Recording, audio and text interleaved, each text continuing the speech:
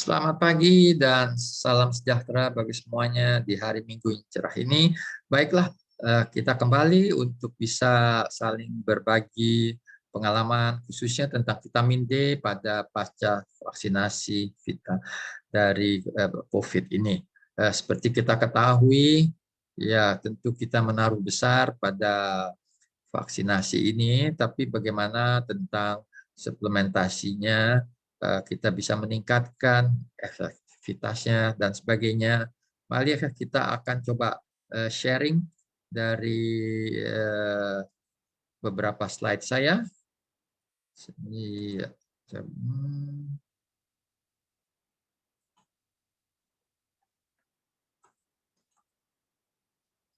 Jadi kita hari ini atau pagi ini akan bicarakan vitamin D pasca vaksinasi COVID-19.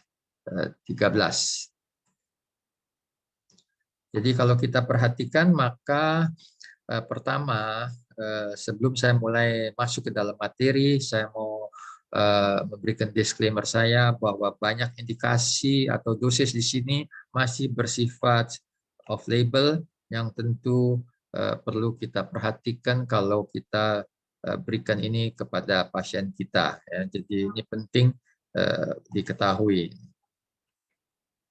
Nah, kalau kita perhatikan mengikuti dari majalah-majalah di luar negeri di Eropa khususnya, ya di mana mereka telah mulai vaksinasi, maka ini adalah bulan Februari tahun ini mereka mengatakan bagaimana kita setelah pasca vaksinasi itu menjadikan masyarakat itu menjadi efektif, dikatakan antara lain berikanlah vitamin dan mineral. Nah, jadi vitamin apa yang kita akan berikan? Kalau kita lihat di sini, ini juga disambut dengan beberapa perkumpulan seperti perkumpulan nutrisi dan sebagainya. Ini adalah artikel dari 19 Maret bulan lalu, masih sebelum sebulan, dan yang menyatakan bahwa ada link atau hubungan antara kadar vitamin D dengan respon imun yang adekuat. Ya, jadi ini sambung menyambung ya Pak ya. Dan kita tahu bahwa penelitian tentang vitamin D sekarang makin banyak. Vitamin D menjadi primadona sebagai vitamin untuk COVID dibandingkan di awal pandemi di mana dikatakan juga ada vitamin A, C, E ya dan beberapa mineral seperti zinc dan sebagainya. Nah, baiklah kita masih ingat mungkin di awal-awal itu kematian dari pandemi ini merenggut lebih banyak nyawa, yaitu 300 lebih per 1 juta penduduk di Spanyol dan di Italia. Dan ternyata itu yang lebih banyak atau pada jumlah itu diperiksakanlah kadar vitamin D dan ternyata vitamin D padanya penduduk lansia itu jauh lebih rendah dari negara dan negara bahkan yang negara di mana tidak ada matahari seperti Sweden. Jadi ini kita lihat di sini ya, ini lebih rendah. Ini penduduk yang biasa, ini penduduk maksudnya tentunya usia tidak lansia dan ini ternyata penduduk lansia karena mungkin mereka tidak berjemur dan sebagainya jauh lebih rendah ya dari kadar yang diinginkan. Nah, itu. Nah, oleh karena itu kemudian setelah berkembang setahun ini tentu kita makin melihat banyak studi atau penelitian tentang vitamin D, maka kita akan juga sudah sekarang mulai mendapatkan review-review meta-analisis dari kaitan antara vitamin D dengan penyakit coronavirus ini. Ya, contohnya adalah review analisis yang melibatkan lebih dari 362.000 pasien dan dari 10 artikel dengan konklusi bahwa ternyata ada indikasi bahwa kadar vitamin D yang rendah itu dikaitkan dengan peningkatan risiko pasien untuk COVID-19. Dan ini juga dikonfirmasi kadarnya rendah di negara-negara ASEAN. Contohnya di sini di Filipina ternyata bila mana kadarnya kurang dari 20 ini yang merah ini, maka keadaan penyakit COVID-nya itu menjadi kritikal bahkan. Ya, sedangkan yang mild itu masih baik di atas 30 nanogram per ml kadar vitamin D-nya. Di Indonesia juga ada publikasi yang sayang saya tidak dapatkan paper lengkapnya, tapi saya tahu saya pernah baca, yaitu juga sama pada data dari 780 pasien di Indonesia itu banyak didapatkan yang hipo, ya. Jadi di sini dikatakan kalau tidak salah sih lebih dari kematian yang besar itu adalah pada yang insufisien di bawah 30 nanogram per ml. Baiklah. Kemudian dilanjutkan tentu dengan banyak penelitian, ya, penganjuran untuk coba memberikan suplemen vitamin D dibandingkan dengan placebo control. Dan di India, dan apa yang mereka temukan ternyata kalau diberikan vitamin D 60.000 per hari, IU per hari, itu bisa meningkatkan kadar vitamin D di dalam darah itu menjadi lebih dari 50 nanogram setelah 14 hari. Dan bahkan bisa memberikan pembalikan reaktif dari swab negatif itu RNA menjadi pada lebih dari 41% penambahan. Nah, kemudian juga banyak perkumpulan ini dari Inggris ya ini Irlandia juga menyatakan bahwa mereka merekomendasikan vitamin D ya untuk penyakit COVID. Nah, oleh karena itu juga tadi yang Spanyol yang dilanda kematian yang banyak sekali, society-nya mereka merekomendasikan atau untuk melakukan studi lebih lanjut dengan pertanyaan-pertanyaan segini atau dengan hipotesis bahwa vitamin D bisa memaintain integritas dari epitelium, ya, kemudian juga meningkatkan produksi peptid antimikroba, mengurangi respon inflamasi, dan meningkatkan juga reseptor expression dari reseptor AC2. Itu antara lain yang mereka pikirkan. Nah, jadi kalau kita lihat dulu singkatnya, di mana sih fungsi vitamin D itu? Jadi setelah vitamin D itu dari kulit masuk ke hati, di ginjal diubah menjadi zat yang efektif, jadi metabolit yang kerjanya aktif yaitu kalsitriol. Dulu kita duga hanya untuk metabolisme kalsium, ternyata ini dibagi sama besarnya juga untuk respons dari imun dari host yang menimbulkan suatu physical barrier melalui adaptif imunitas dan innate atau cellular natural imunitas, ya, itu yang utama. Kita akan lihat di sini. Vitamin D itu bisa berasal dari berbagai sumber, dari matahari, dari suplemen, dari makanan, dan melalui jalur semuanya yang berbeda-beda, ya, ginjal yang mengganti. Tetapi semuanya ke sini. Yang aktif, yang bisa dipakai untuk berfungsi yaitu 125-OH2D atau yang kita sebut mudahnya itu kalsitriol dalam darah. Apakah ini sudah aktif? Belum. Apa berguna? Belum. Dia harus masuk ke dalam sel. Jadi yang kalsitriol ini harus masuk ke dalam sel. Jadi ini tadi 125-dehydroksivitamin D itu di dalam sel dia akan baru berguna bisa mengaktifasi VDR, vitamin D reseptor. Apa sudah berguna? Nah, kita lihat di sini. Kita akan lihat dia masuk ke sini, mengikat VDR. Ternyata untuk mengikat VDRA, respon elemen, itu masih butuh banyak hal lain. Nah, VDR ini menarik. Dulu 20 tahun lalu mungkin VDR belum ada diketemukan, maka kita hanya pikir vitamin D ini untuk tulang. Tapi ternyata reseptor ini bukan hanya di tulang, ada di berbagai jaringan dari dada, kolon, prostat, ya, kanker, leukemia, dan macam-macam. Banyak sekali di jaringan. Dan ini pentingnya di jaringan-jaringan itu 125 alfa OH D3 itu mengikat di dalam sitoplasma yang disebut ada reseptor tadi, vitamin D reseptor.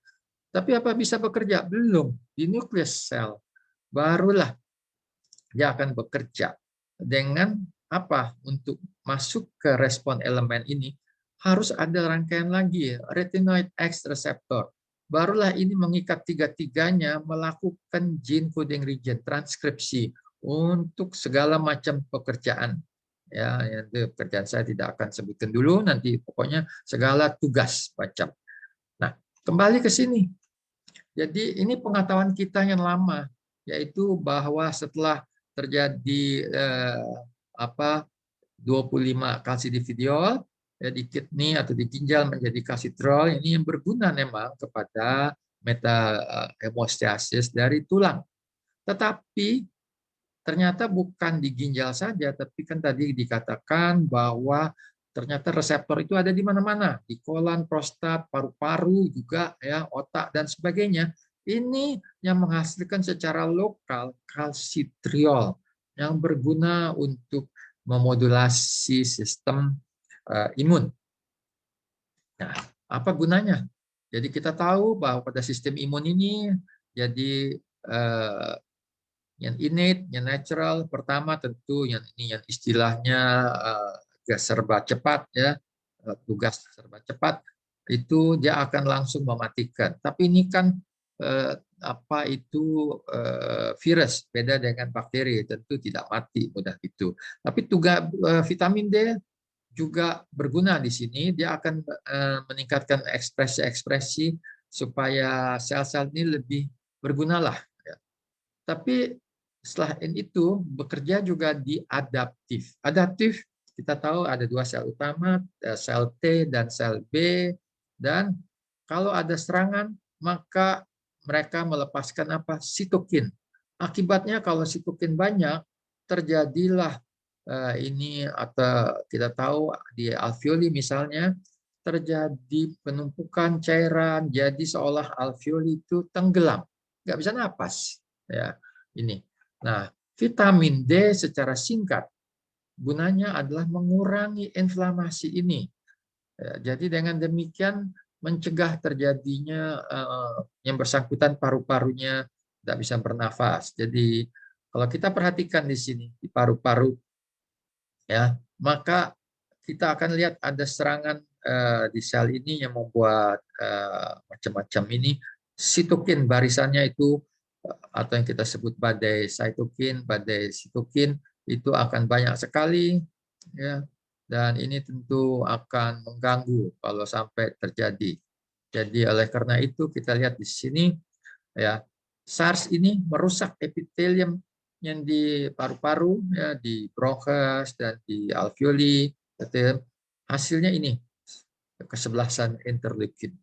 Akibatnya apa? Ini merusak ya. Jadi sel-sel ini malah makin renggang. Terjadilah itu makanya tadi kebanjiran. Banjir di alveoli tentu nggak bisa bernafas ya. Nah, ini. Jadi di tempat lain juga sama. Jadi ini kesebelasan interleukin ini membuat apa? Ya, jadi permeabilitas meningkat di saluran-saluran darah di sekitarnya, terjadilah koagulasi dan trombosis. Kita tahu juga pada awalnya kita kalang kabut mengatasi dimer yang tinggi pada pasien-pasien ini. Nah, ini singkatnya adalah gambaran tadi sama. Jadi paru-paru ini yaitu dengan adanya kalsividiol yang diubah menjadi kalsitriol di sini itu akan meningkatkan reseptor AC2. AC2 di sini juga ya. Dan ini berguna karena kalau kita kekurangan ini renin yang berkembang maka terjadi vasokonstriksi, probiotik proinflamasi dan sebagainya. Itu yang akan membuat tentu berbahaya keseimbangan apalagi kalau kita memiliki komorbiditas. Pada komorbiditas seperti diabetes, obesitas, dan sebagainya, maka AC ini akan berkurang. Ya, dan AC berkurang, ACE meningkat, terjadilah peningkatan angiotensin 2, oksidatif stres meningkat, peradangan, dan sebagainya. Sebaliknya, kalau vitamin D tinggi, maka dia akan meningkatkan, jadi terjadi upregulation dari reseptor AC2. Dan ini membalikkan keadaan. Itulah fungsinya melindungi paru-paru, ya. Dan khususnya terutama tentu tadi kita lihat gambaran di mana di alveoli. Di kantung alveoli jangan sampai kebanjiran. Kalau nggak kebanjiran tentu nggak bisa napas, maupun di kapiler-kapiler sekitarnya terjadi kebocoran, jadi trombosis dan sebagainya, tentu meningkatkan dimer dan sebagainya. Nah, ini gambaran, jadi dikatakan vitamin D kemungkinannya adalah sangat potensial sebagai terapi ataupun melindungi. Kalau kita lihat di sini, maka ya ini yang kanan yang tidak terlindung, maka terjadi suatu kebanjiran, suatu cytokine storm, badai sitokin. Sedangkan kalau kita lihat di sini, ya padanya sufficient vitamin, maka paling sedikit gambaran penyakit itu COVID tidak begitu berat, karena kan tadi ada parakrinnya sendiri, sel epitel itu mampu mengubah 25 OHD menjadi kalsitriol di sini. Jadi ada local conversion gitu ya. Juga demikian dengan di tempat lain ya, di sel pembuluh darah ya. Ini dia mencegah penempelan ya, infeksi dan sebagainya. Inilah gambaran dari gunanya COVID atau vitamin D pada pasien COVID. Nah, kemudian berapa sih yang kita perlukan? Kalau kita perhatikan, ya tadi yang lebih banyak meninggal di Spanyol dan Italia, semuanya kadarnya rendah, sekitar 30. Cuman dulu itu 20 tahun lalu, kadar yang 80 itu sudah dianggap toksik. Sekarang ini sudah berubah dengan adanya pandangan-pandangan dan hasil-hasil trial yang baik. Bahkan pada cancer, maka kita butuhkan kadar optimum yaitu sekitar 100 nanogram. Ya, baru dikatakan itu berlebihan. Belum toksik, ekses. Ya. Jadi berapa sih? Tentu kita lihat toksisitas.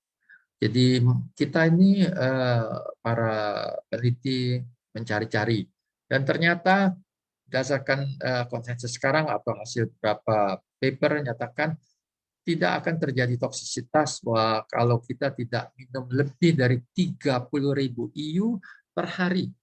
Atau kalau kita mau lihat dari kadar, maka janganlah kadar di dalam darah kita itu mencapai lebih dari 200 nanogram. Jadi kalau dulu kan ini, kalau kita perhatikan itu kadarnya 100 atau 80 sedangkan toksik. Sekarang itu sudah berubah menjadi 200. Ini dari studi sekian banyak, 15 dan 18, jadi 23 studi. Ya. Dan umumnya yang dikhawatirkan dulu yaitu terjadinya hiperkalsemia. Jadi hiperkalsemia itu sekarang sudah bisa kita atasi dengan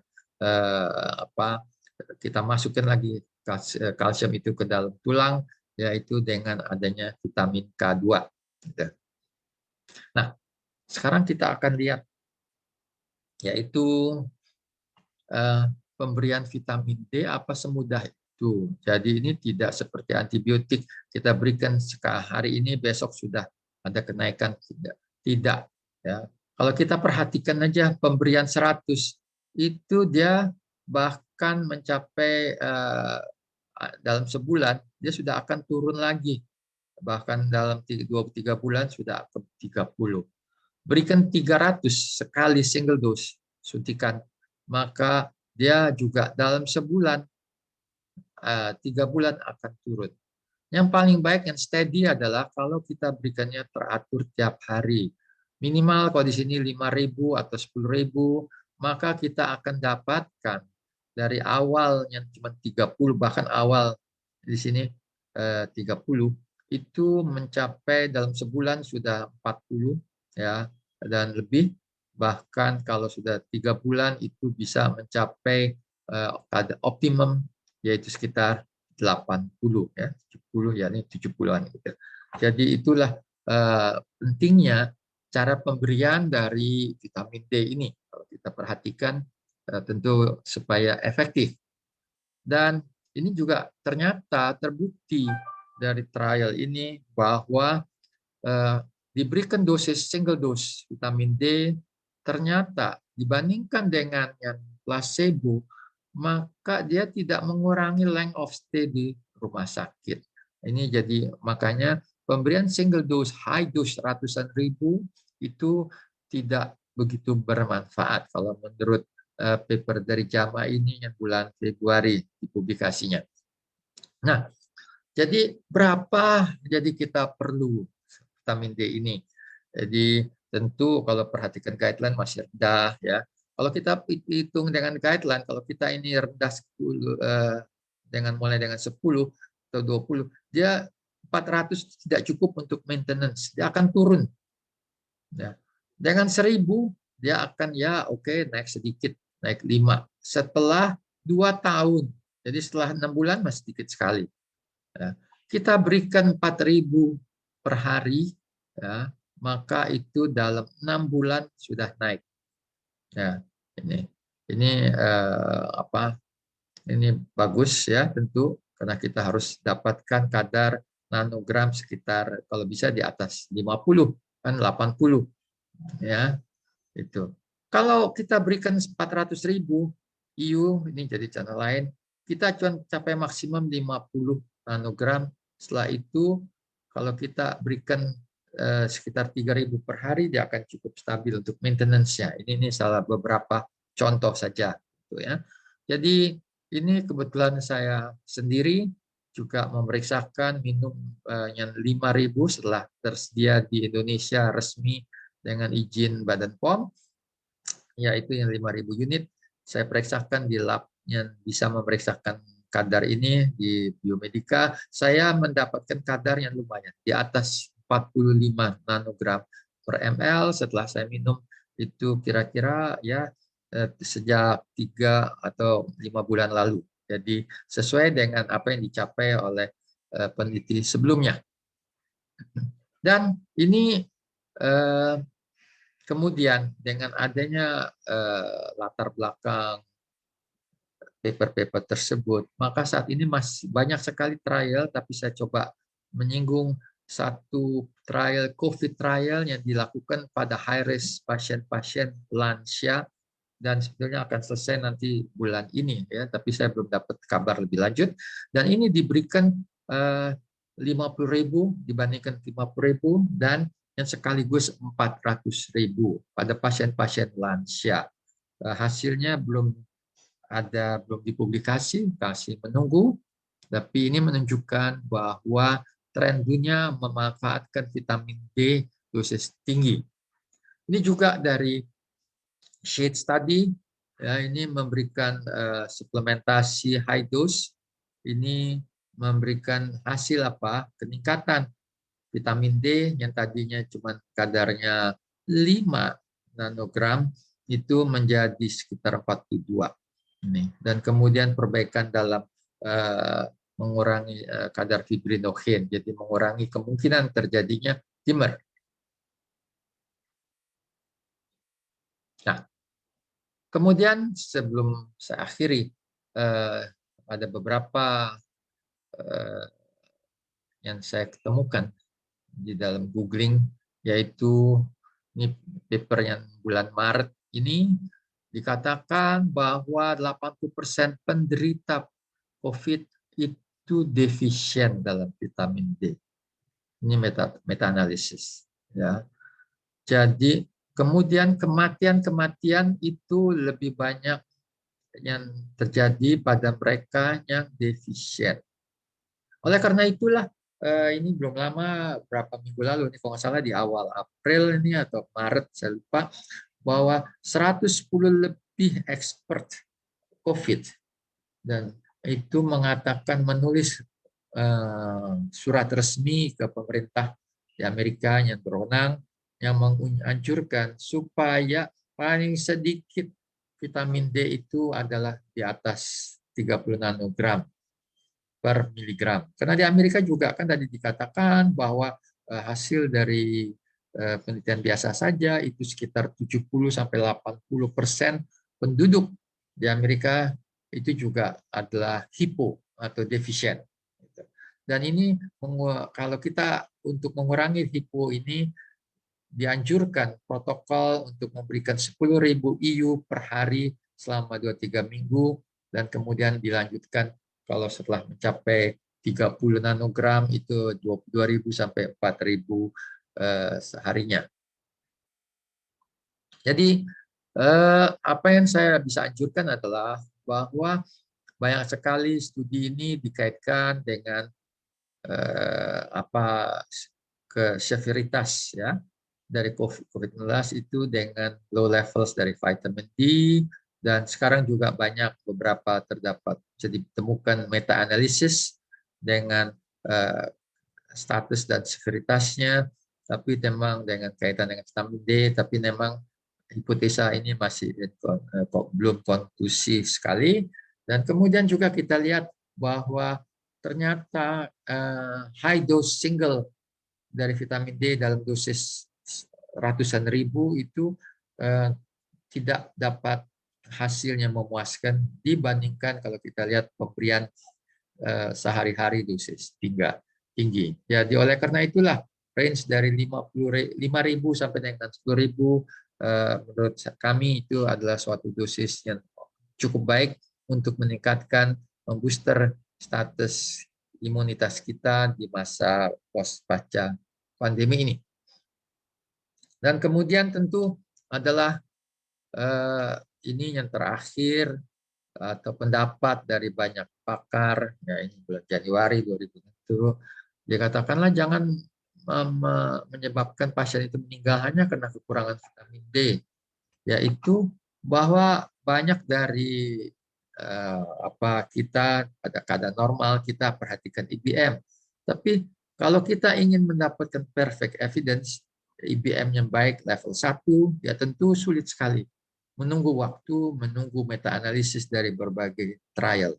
Dan itulah tentu yang ya pertimbangan mana ya istilahnya apakah kita akan merekomendasi vitamin D, tapi memang kita tahu vitamin D adalah bahan atau obat yang murah meriah yang tentu akan mendapat tentu sedikit resistensi dari istilahnya ya pabrik-pabrik farmasi yang besar yang menginginkan obat-obat antibiotik atau antiviral mereka itu menjadi suatu obat yang utama dalam melawan COVID ini. Kemudian juga sekarang banyak Spanish Society memberikan lampu hijau sebagai vitamin yang perlu untuk treatment COVID-19, walaupun WHO belum menyatakannya. Tapi kemudian juga kita tahu contohnya beberapa negara lain sudah mulai memberikan vitamin D sebagai standar di dalam pengobatan mereka. Ya, itu yang sekian yang saya ingin berikan pada pagi hari ini. Mudah-mudahan bisa bermanfaat bagi pengobatan COVID maupun meningkatkan imunitas kita selama pasca vaksinasi di dalam masa pandemi ini. Selamat siang.